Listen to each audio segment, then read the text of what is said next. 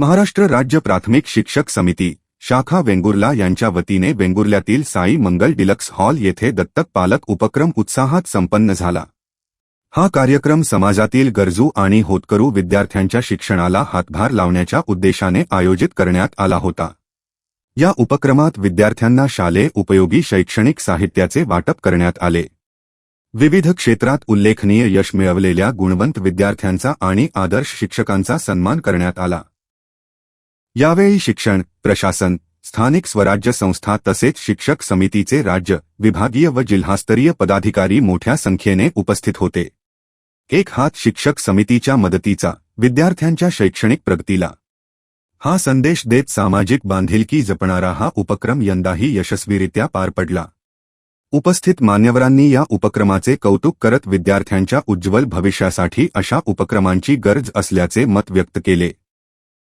महाराष्ट्र राज्य प्राथमिक शिक्षक समितीच्या या स्तुत्य उपक्रमामुळे अनेक गरजू विद्यार्थ्यांना शिक्षणासाठी आवश्यक साहित्य मिळाले। समाजातील विविध स्तरातून या उपक्रमाचे स्वागत करण्यात आले आहे। मला हा कार्यक्रम स्तुत्य वाटला म्हणजे एक त्याच्या मागे एक कन्सेप्ट सांगतो। हल्ली आपण ज्यावेळी बघतो त्यावेळी असं दिसून येते की तुम्ही न्यूज मध्ये बघत असाल की माणुसकी विसरून चाललोय, माणुसकी विसरून चाललोय। ज्यावेळी आपण अँथ्रोपोलॉजिकली बघितलं माकडापासून मानव बनण्याचा जो आपला कार्यक्रम आहे ना, आपण जी उत्क्रांती म्हणतो, त्या उत्क्रांतीमध्ये सहयोग हा सगळ्यात महत्वाचा कार्यक्रम आहे। कारण सहयोग नसता तर माणसाला कधीच कुठल्या तरी वाघानं संपवलं असतं, कुठल्याही प्राण्यानं संपवलं असतं, कुठल्याही नैसर्गिक घटनेनं संपवलं असतं।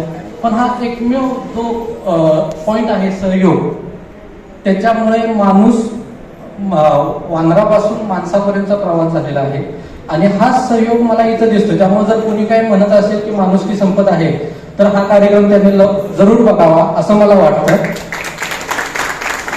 आणि हा कार्यक्रम ज्यांनी इथे ऑर्गनाईज केला त्या सर्वांचं मी अभिनंदन करतो।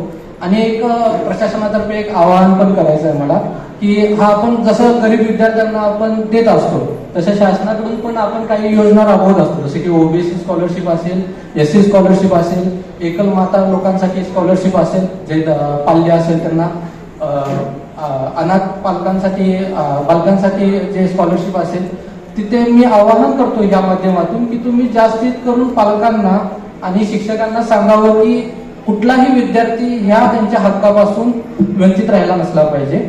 आणि मी एवढे बोलून माझे भाषण संपवतो। जय हिंद। कोकण संवादच्या ताज्या घडामोडींसाठी चॅनलला सबस्क्राईब करा आणि बेल आयकॉनला क्लिक करा।